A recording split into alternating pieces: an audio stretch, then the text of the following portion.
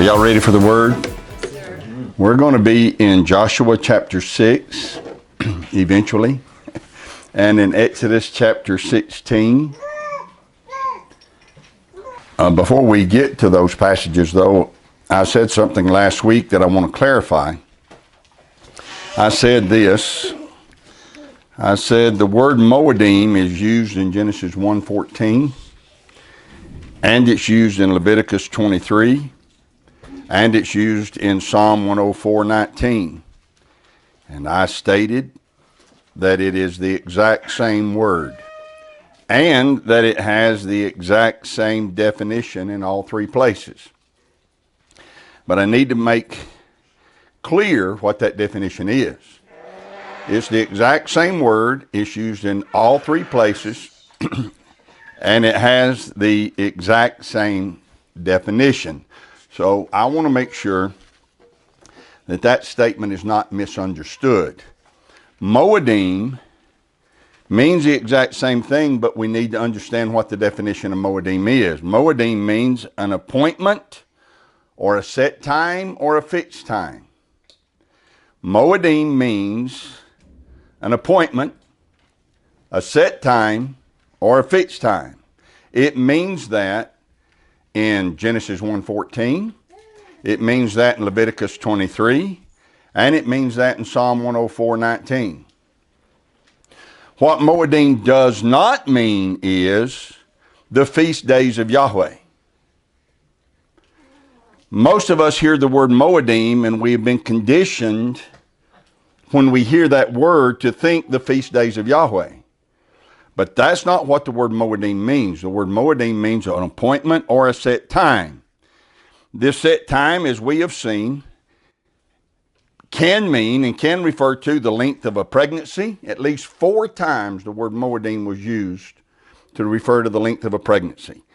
It can refer to the exact time the 5th plague will take place in Egypt. It referred to the exact time of Daniel's vision or the exact time of Habakkuk's vision. Or it can refer to the feast of Yahweh, the feast days of Yahweh. So the only way to know what the word moadim is referring to is how. If it can mean, it can refer to any of those 4 things, how do we know what it's referring to when we see it? The context.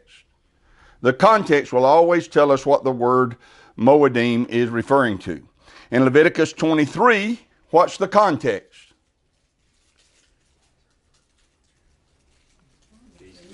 There you go.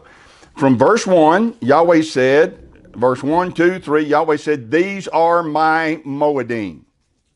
And when you get to the end of it, verse 44, it says, "And Moses declared the moadim of Yahweh." So every verse, every sentence in Leviticus 23 is about the feast days of Yahweh. But in Genesis 1 and in Psalm 104, there's not one single word about Yahweh's feast days. The context makes it clear that the appointments mentioned there, the set times, the moadim mentioned in Genesis 1 and the moadim mentioned in Psalm 104, are moadim that refer to the responsibilities that the sun and the moon have during the day, and the responsibilities, set times, appointments they have at night. So here are some important takeaways from the last couple of weeks. Moadim does not mean the feast days of Yahweh. Moadim means appointment or set time. Context always tells you what it's referring to. The moon was not created until day 4. If the moon was not created till day 4, then it cannot determine when a week starts, because the week started 3 days before the moon was ever created. Number 3, the moon has dominion over the night, but it does not have dominion over the moadim of Yahweh. Number 4, we have to know the when of an appointment in order to keep it. You can't keep an appointment if you don't know when it is, right? Leviticus 23's primary purpose is to tell us exactly when every moadim of Yahweh takes place. And it tells us plainly in Leviticus 23 that the Sabbath is on the 7th day. So Leviticus 23's primary purpose is to identify for us when our appointments with Yahweh are. It lists the exact day all those appointments take place. And when it came to the Sabbath, it said it's on the seventh day. Not one word about the moon, not one word about a new moon, not one word about the 8th, 15th, 22nd, or 29th. So in our testing of this lunar Sabbath doctrine, we have discovered that the foundation of that doctrine is built upon three primary scriptures. We've examined those three foundational scriptures, and we have seen that a forced misinterpretation of the word moadim was placed upon Psalm 104 and upon Genesis 1, and because the improper definition was put on the word moadim, it created a false premise. With that, we're going to move on here. The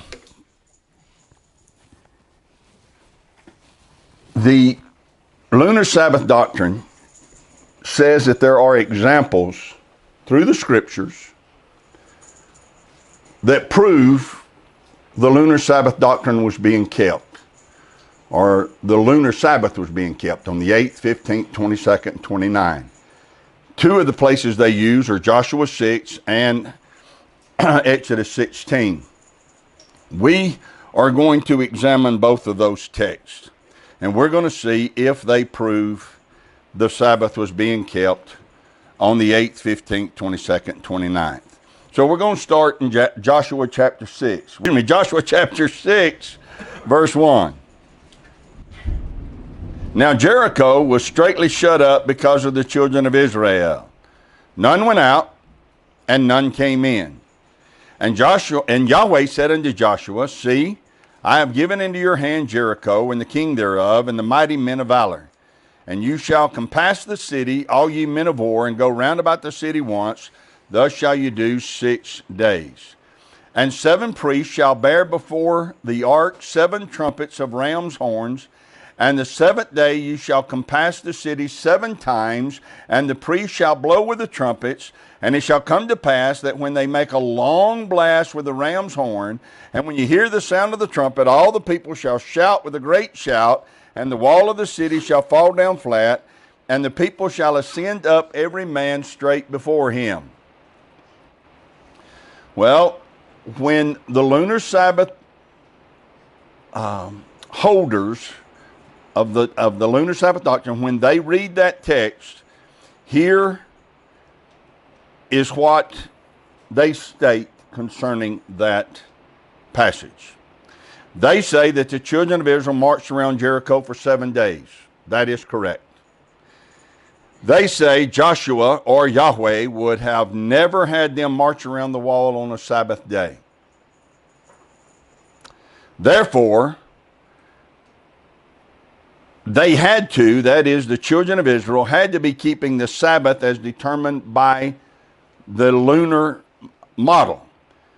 But by the lunar Sabbath doctrine, do you remember that? By the lunar Sabbath doctrine, there's a new moon day that doesn't count toward the week. So they could have marched on the new moon day, and then they could have marched 6 days, and then they would have had the Sabbath. So that would have allowed them to march 7 days without ever having to march on the Sabbath day. If you create a problem where there is no problem, then you can create a doctrine to solve the problem. They also say, Jasher 88 says that they did start marching on the first day of the second month. That would be a new moon day, so they started marching on a new moon day. Therefore, again, their conclusion is the children of Israel had to be keeping the lunar Sabbath, which would have allowed them to march the 6 days without, or the 7 days without having to violate the Sabbath day.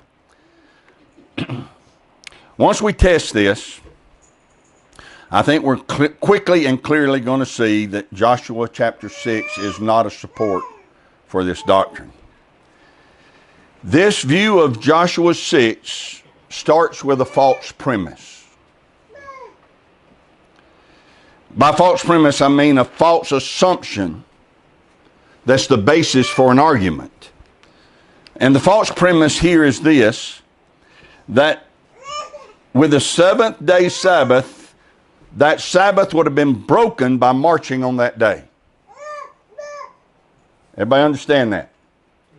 The false premise is, if you march for 7 days and you don't have a new moon day, then you're going to end up marching on the Sabbath day. And if you march on the Sabbath day, you're violating the Sabbath. Here's the question. Where is that written? Where is it written that you cannot walk on the Sabbath day? There are doctrines of men that set how far you can go on the Sabbath day, but you're not going to find that in Torah either. Sabbath day's journey. Men determine how far that would be, but Yahweh never established this is how far you can walk on the Sabbath day. Does anybody know how far it was around the Jericho walls? You ever looked that up? Now, we picture it being a long, long, long way, but you know how far it actually was around the walls of Jericho? Half a mile. Maybe 3/4 of a mile. But to walk all the way around it, you're going to walk no more than, at the most, 3/4 of a mile. You could do that in 15 minutes. 20 if you're slow. Right?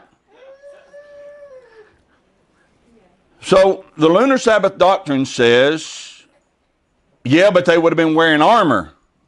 And if they wore armor when they walked for that 20 minutes, they were breaking the Sabbath. Where's the text say they were wearing armor? Where does it say they got up every morning and put their armor on? Now, verse 3 talks about men of war doing the march, but nothing is said there about them carrying any heavy burdens, any heavy armor.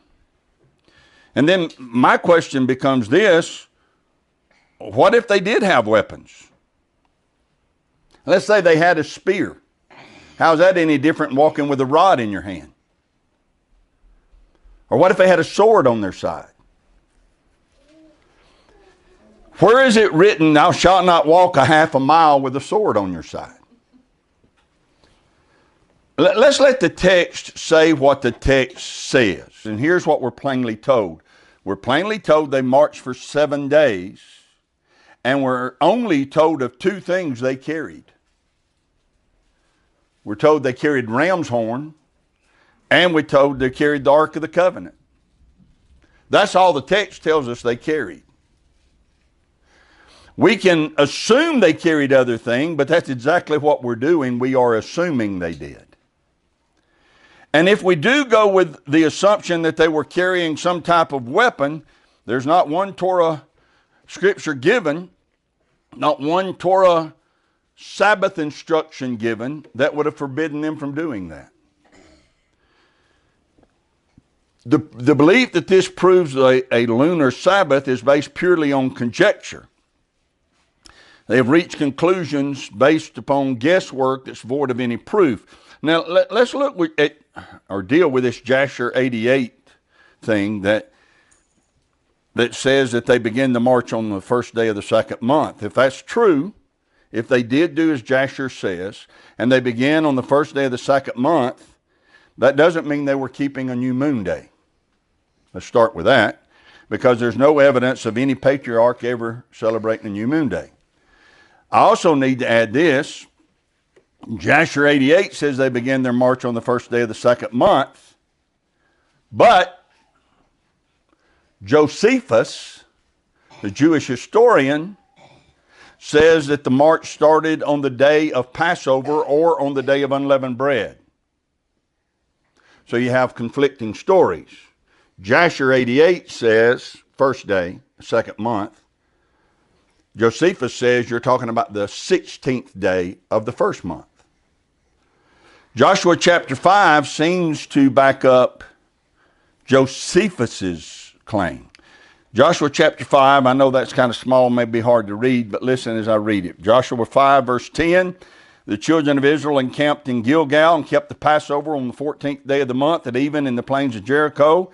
And they did eat of the old corn of the land on the morrow after the Passover, unleavened cakes and parched corn in the selfsame day.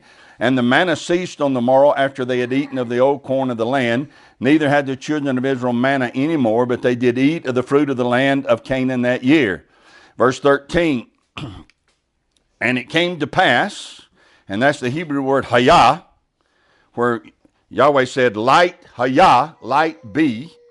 So this is not talking about days and days later. There's not days between verse 12 and verse 13. It means that it became.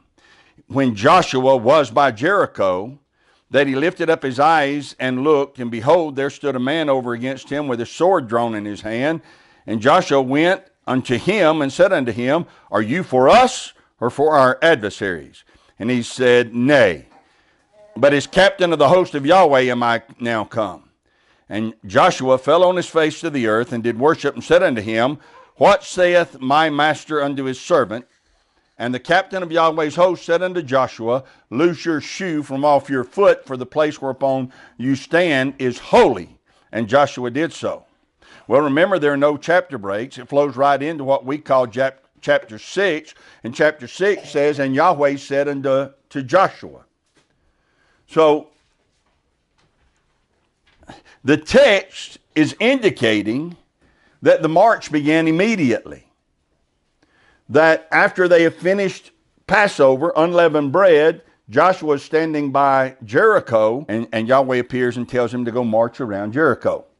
So I would just simply say this. If there's a conflict between Jasher and Joshua, let's go with Joshua. With Jasher, you have them waiting 2 weeks to begin their march. With Joshua, we have them beginning their march on or near Passover and unleavened bread. Here's the point. We're not told in Joshua what day specifically they began the march. And the reason that we're not told what day they began the march is because it doesn't matter what day they began the march. I spent a whole lot of time just now talking about it, but it doesn't matter what day they began. It would only matter what day they begin the march to someone trying to find a way to use this text to prop up a doctrine that has no other biblical support. What I said earlier, if you create a problem, then you can come up with a doctrine to deal with the problem. But there really isn't a problem. Yahweh did not mention Sabbaths because marching for 20 minutes to cover a half a mile would not break his Sabbath. Yahweh did not mention Sabbaths in this text because marching for 15 to 20 minutes to cover a half a mile is not going to break his Sabbaths. Biblical doctrine cannot be built upon guesses, suppositions, and fabrications. There's nothing in Joshua 6 that would lead us to think we have to protect the Sabbath from what we are being told. There's nothing in Joshua 6 that would have us believe a Sabbath's going to be broken if they walk around Jericho. They took their journey from Elim, and all the congregation of the children of Israel came unto the wilderness of Sin, which is between Elim and Sinai, on the 15th day of the 2nd month after their departing out of the land of Egypt. What day? Say it out loud for me. Help me out. The 15th day of the 2nd month. And the whole congregation of the children of Israel murmured against Moses and Aaron in the wilderness. And the children of Israel said unto them, would to Elohim we had died by the hand of Yahweh in the land of Egypt, when we sat by the flesh pots, and when we did eat bread to the full, for you have brought us forth unto the wilderness to kill this whole assembly with hunger. Isn't that beautiful? Then said Yahweh unto Moses, behold, I will rain bread from heaven for you, and the people shall go out and gather a certain rate every day, that I may prove them whether they will walk in my law or no. It shall come to pass that on the 6th day they shall prepare that which they bring in, and it shall be twice as much as they gather daily. All right. With that text, we're going to look at the Lunar Sabbath doctrine claim. Their claim is the 15th is always a Sabbath day. Exodus 16:1 states clearly this began on the 15th day. So therefore they say the 15th is a Sabbath day. They gathered manna for 6 days. The 7th day there was no manna. If you count from the 16th day to the 22nd day, that allows for the time span. So they're saying you go from the 15th day to the 22nd day to arrive at another Sabbath. All right? Therefore, this text proves that the lunar Sabbath, which states that the Sabbath always falls on the 8th, 15th, 22nd, 29th, has been proven by this text to be true, because here we have it being kept on the 15th and on the 22nd. Or here we see Sabbaths falling on the 15th and on the 22nd. Let me give you some clear, simple instruction as to why these claims are false. Number one, there is no Torah instruction anywhere stating that the moon determines weeks and Sabbaths. We always have to keep going back to this. There is no Torah instruction anywhere stating that the moon will determine a week or determine a Sabbath. So to approach Exodus 16 with that mindset is not an acceptable way to establish a doctrine. Here's what I mean. If you go into Torah and you find clear instruction that the Sabbath is to fall on the 8th, 15th, 22nd, and 29th, you find clear instruction on that, and you find that this is determined by the moon, and you keep a new moon day, and then you keep the 8th, 15th, 22nd, 29th. If you find that clearly outlined in Torah, then you have a sound doctrine that we all should embrace, all of us. And then it would be expected, if you find that clear instruction, it would be expected to find instances and examples of that being practiced in the Bible. If there was biblical instruction for the lunar Sabbath doctrine, you would then expect to find examples of it. But first comes the instruction, then comes the example. First comes the instruction, then comes the example. But to have no such instruction, but to create a doctrine anyway, even though there is no scriptural instruction concerning it, and then to take that doctrine that has no biblical support and choose to use Exodus 16 as a proof of the doctrine that has no biblical support, it's not acceptable to establish a doctrine that way. You can't say, well, I can't go into Torah and say, well, here it is outlined. Here's the instruction on how to keep a lunar Sabbath. I can't find that instruction, but I do find Sabbaths on the 15th day and the 22nd day, it appears to me, in Exodus 16, so the doctrine must be true. That's not acceptable. Exodus 16 does not prove the lunar Sabbath doctrine because, number one, there is no biblical instruction that hints at a lunar Sabbath. Number two, Exodus 16 does not hint or declare the 15th to be a Sabbath, nor does it hint that the 22nd was a Sabbath. This is not proof of the lunar Sabbath doctrine. Now, there's a second reason Exodus 16 is not proof of the doctrine. Exodus 16:1 poses a problem, a serious problem for the lunar Sabbath doctrine if the 15th really is always a Sabbath. Does anybody know what that problem is?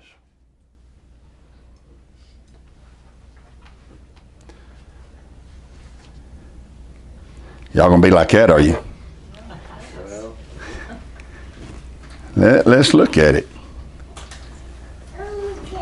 Exodus 16:1, I'll read it out King James first. They took their journey from Elim, and all the congregation of the children of Israel came into the wilderness of Sin, which is between Elim and Sinai, on the 15th day of the second month after their departing out of the land of Egypt. The complete Jewish Bible reads this way: they traveled on from Elim, and the whole community of the people of Israel arrived at the Sin desert between Elim and Sinai on the 15th day of the second month after leaving the land of Egypt. So they arrived on the 15th day of the second month. Why is that a problem? If the Sabbath is always on the 15th, what did you say? Joshua 6, they said you couldn't march, right?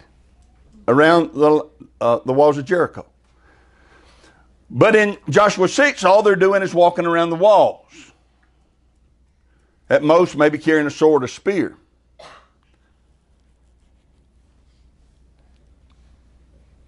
The people that tell us you can't walk around the walls of Jericho are claiming that Exodus 16:1 is a Sabbath.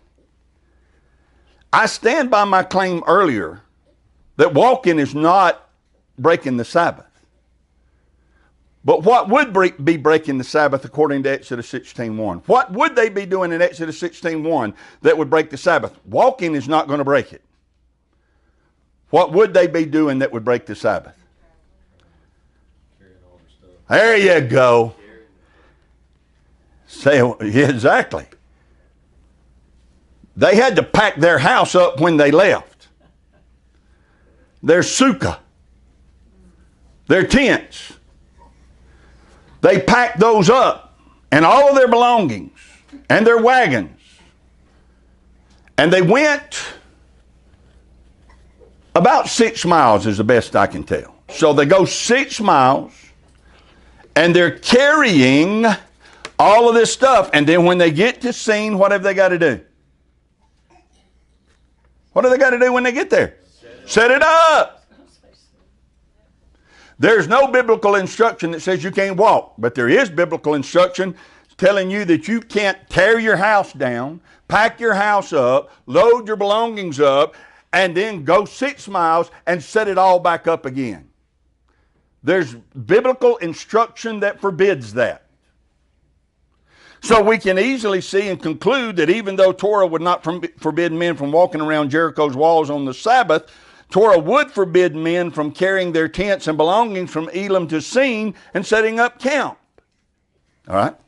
So if we use Torah as our guide, Exodus 16:1 cannot be a Sabbath day because of the work that they would have been doing. And if it is a Sabbath day, they are destroying it, violating it.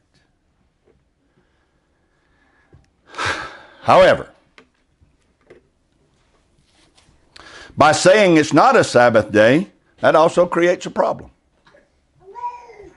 I'm going to say a lot of stuff right here, right now, and I'm going to try to make it as clear as I can, but you're going to have to bear with me, and you're going to have to listen intently, and you're going to have to pray for me. But there's a lot of stuff here that we're going to have to clarify. If you say it is the 15th day is a Sabbath, you got a problem. You agree? Y'all going to be like that?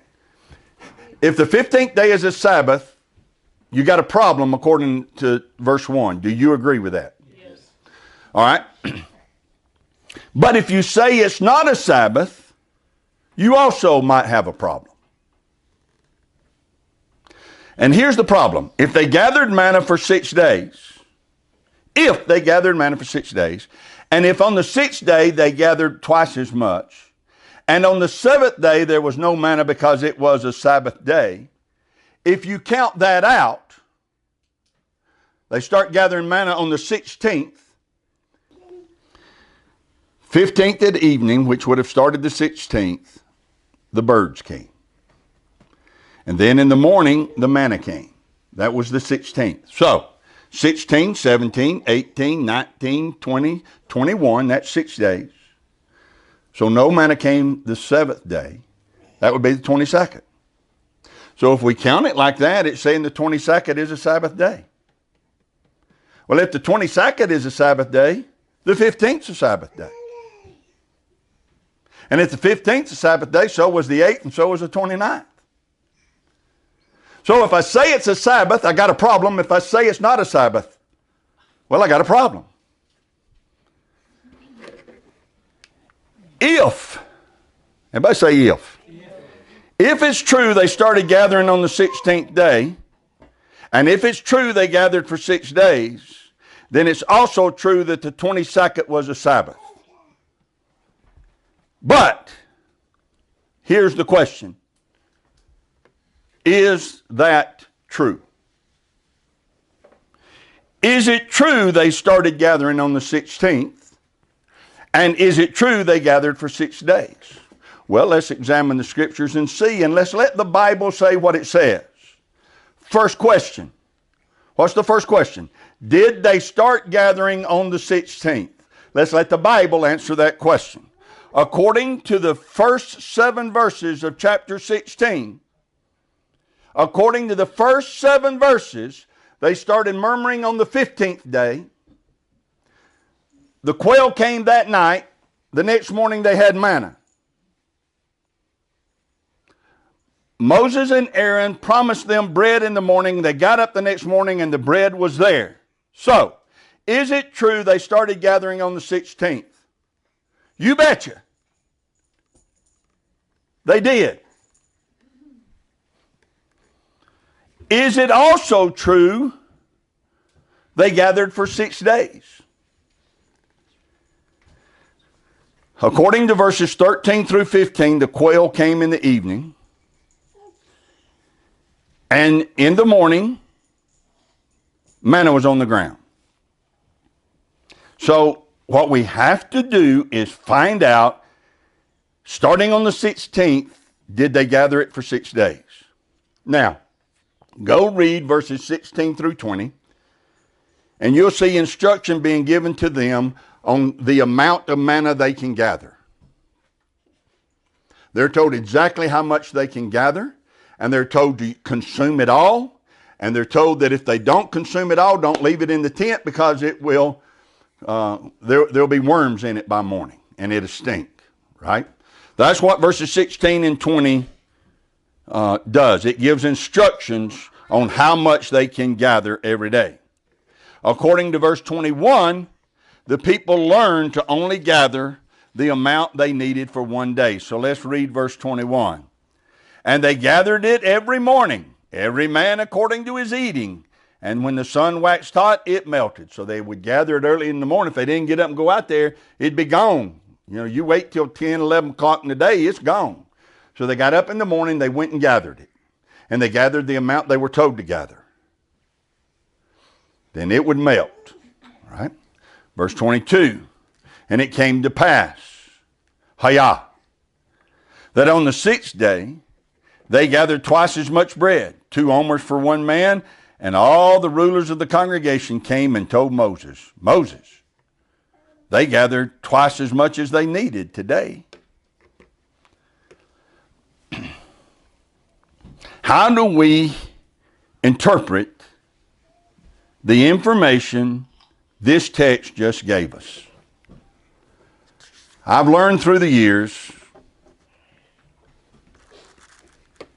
to just let the Bible say what it says. I've also learned that one can get into serious doctrinal trouble by thinking it says something that it doesn't really say. Let it say what it says and make sure you don't come with preconceived ideas and impose them upon the text and try to make it say something it doesn't say. I've also learned that if I'm looking at a text and it seems confusing to me, then I somehow ignored the first 2 lessons. Let it say what it says, and don't assume it says something that it doesn't really say. The conflict that appears to be in Exodus 16 is created because of that very issue. We're not letting it say what it says, and we are thinking it says something it clearly does not say.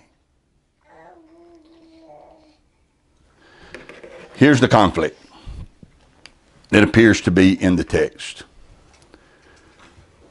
We know they arrived at the campsite on the 15th. No debating that. We know that they began gathering manna on the 16th. There is no debating that. That's as clear as it can be. Those two things are crystal clear in the text. We also know that there came a sixth day where they gathered twice as much so they wouldn't have to gather it on the seventh day. We know that. We know from the text that on the seventh day there was no manna. So let's start with what we know. Those four things are clear in the text. So it appears, when you look at the text, that the Sabbath fell on the 22nd, which means it would have fallen also on the 8th. 16, 17, 18, 19, 20, 21, that's 6 days, 22, that's 7 days. So it appears the Sabbath fell on the 22nd. But if, we're restating the conflict, and then we're going to solve it. If the 22nd is a Sabbath, what other days also a Sabbath? Or days? Come on. If the 22nd is a Sabbath, what other days also a Sabbath? The 15th, right? And the 29th. The 8th, 15th, 22nd, 29th. But in our text, we have the 15th clearly mentioned. And if we count and come up with the 22nd, now we've got two Sabbath days, the 15th and the 22nd. So this brings us right back to how is it possible for the 15th to be a Sabbath if they had to move their tents 6 miles down the road? Now, there are some, I don't know that all do, but there are some Lunar Sabbath doctrine holders that approaches problem by saying that verse 1 doesn't really say they traveled that day. But verse 1 says they took their journey from Elim, and all the congregation of the children of Israel came into the wilderness of Sin, which is between Elim and Sinai, on the 15th day of the second month after their departing out of the land of Egypt. So the text clearly says they did travel. Right? Took their journey means literally, the Hebrew word, they pulled up their tent pegs. So they started on a journey. So the text tells us they pulled up tent pegs, started walking, traveled 6 miles or so, came to the wilderness or the desert of Sin. They arrived on the 15th day and they set up camp again. This puts us right back at the conflict, which is there is no way for the 15th to be a Sabbath day. So how can that be if no manna fell on the 22nd day? Our problem is simple. We're not letting the Bible say what it says, and we're thinking it says something it doesn't say. What the text clearly says when we let it say what it says is this. We're going to deal with a simple observation first, one that we all should be able to quickly agree with. The text never says the 15th was a Sabbath day. I think we all can agree with that. Even if there's a doctrine that says it is, the text never says they arrived on a Sabbath day. It never identifies the 15th as a Sabbath day. All right? Not one word about that. So therefore, it's perfectly okay for them to pull up their tent pegs and travel on that day. Next, let's deal with them gathering manna for 6 days. Let's let the Bible say what it says and not allow ourselves to think it says something it didn't say. It does not say that they gathered manna for 6 days.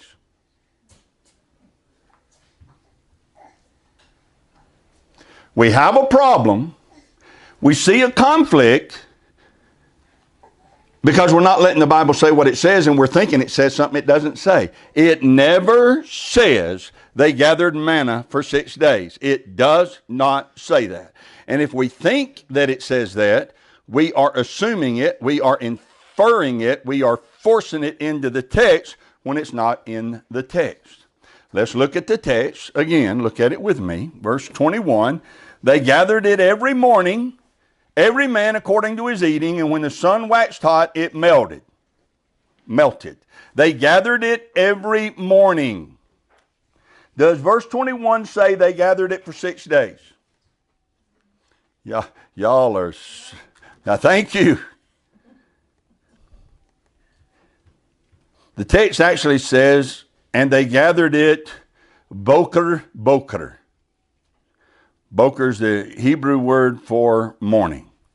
They gathered it boker. They gathered it morning by morning. Not one word about that being for 6 days. So let's go to the next verse, verse 22. And it came to pass that on the 6th day they gathered twice as much bread, 2 omers for one man, and all the rulers of the congregation came and told Moses. Look closely. Look closely at verse 22. Does it say they gathered it for 6 days? We read it into the text, but does the text say they gathered it for 6 days? No, it doesn't. We have forced our preconceived ideas upon that text. No matter what doctrine we hold to, I think all of us have approached it with the same mindset that it says they gathered it for 6 days. We wanted it to say that, or at least assumed that it said that they gathered it for 6 days, and on the 6th day they gathered twice as much. But that's not what it says. What does it say? And it came to pass that on the 6th day. Yahweh's word is awesome. Come on now. On the 6th day. We have names for the week. The Romans gave them to us. May not like them, but we've got them. And the Hebrews also had names for the week. They had names for every day of the week. Do you remember what they were? The first day, the second day, the third day, the fourth day, the fifth day, the 6th day, the 7th day. On the 6th day, they gathered twice as much as they needed. The Hebrew concept understood what the 6th day was. It doesn't matter whether we do or not. We have brought our preconceived ideas upon their text, and we have erred because of it. It does not say they gathered manna for 6 days. It says on the 6th day, which is firmly established what that is in Genesis chapter 1 and in Genesis chapter 2. We're told plainly about this 7-day cycle. And there's the first day, the second day, the third day, the fourth day, the fifth day, the 6th day, and the 7th day. And the 6th day always comes before the 7th day. And the 7th day is always the Sabbath. Wow. This text is as plain as day, and it has absolutely no conflict in it at all if we just let it say what it says. It says they gathered manna morning by morning and on the 6th day. This text does not tell us they gathered manna for 6 days. It tells us plainly they gathered it morning by morning, and on the 6th day they gathered twice as much.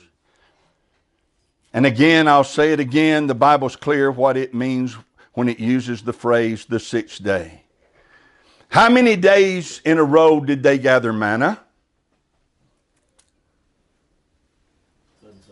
Doesn't say. Very good. I'm impressed. How many days in a row did they gather manna? We don't have a clue. Did they gather it for 3 days, 4 days, 5 days? We don't know. We're not told. All that we're told is in the very beginning they were instructed. Make sure, every day you can gather just an omer. Gather an omer. But on the 6th day, gather 2. Because on the 7th day, no manna is going to come. We're not told how many days in a row they gathered. All we're told is that on the 6th day, they gathered twice as much. Wow. The text is as plain as it can be. So, here's how we can know that this is the proper way to look at this. Because the text is not telling us that there were 6 days of gathering. The text is telling us that on the 6th day of the week they gathered 2 omers.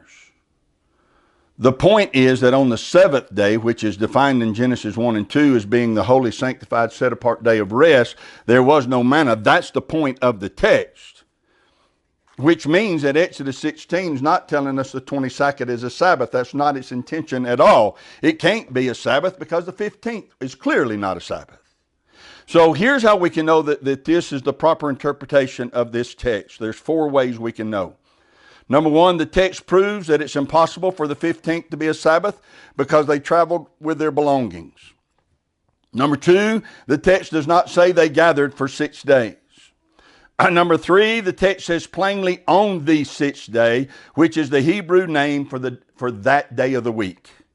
Number 4, the Hebrew word hayah in the text is further proof they were counting days as Genesis 1 and 2 prescribed that the days be counted. Let me explain number 4 where we're talking about the Hebrew word hayah. Let's go look at Exodus 16:5. It shall come to pass, those words are translated from the Hebrew word hayah. It shall come to pass on the 6th day.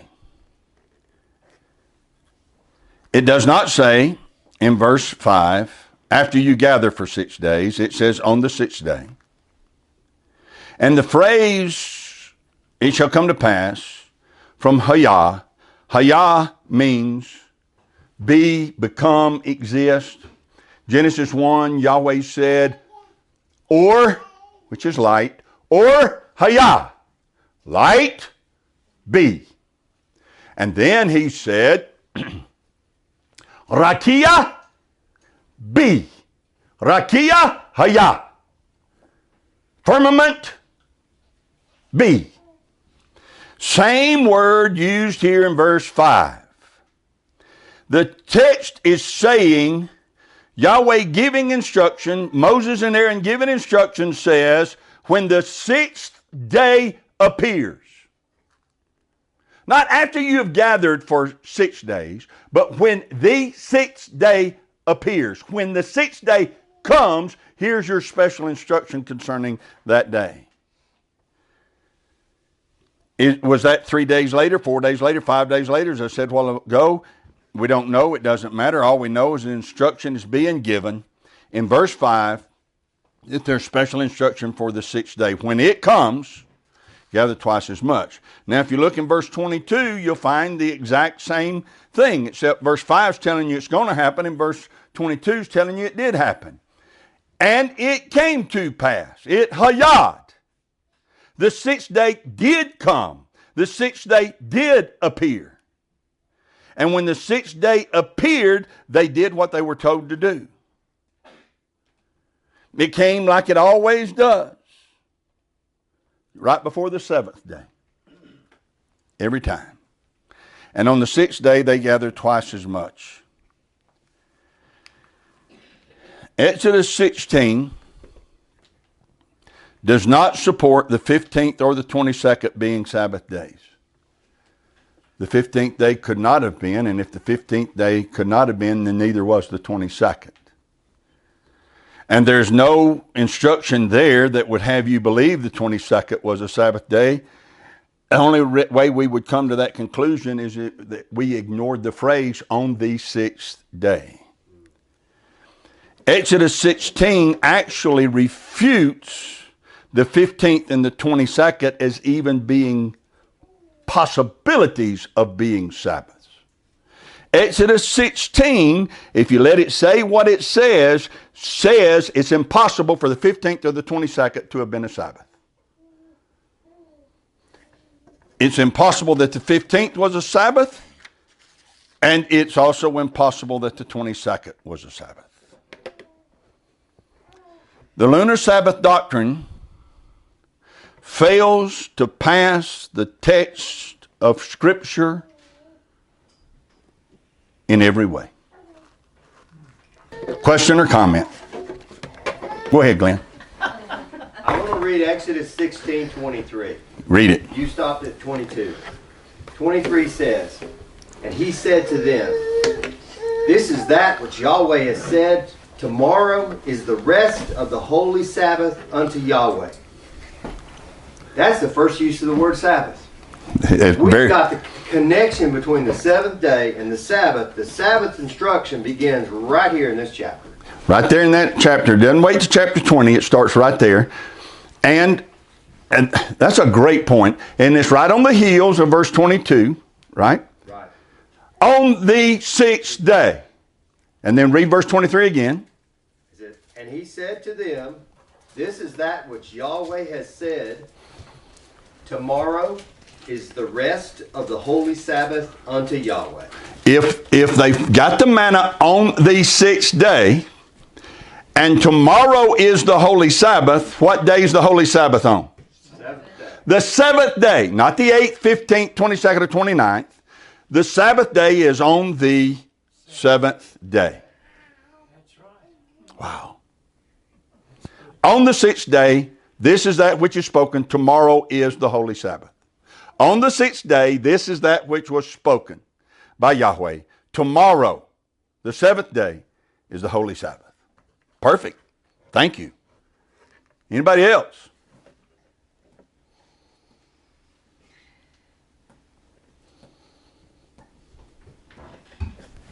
That's awesome. Stand up.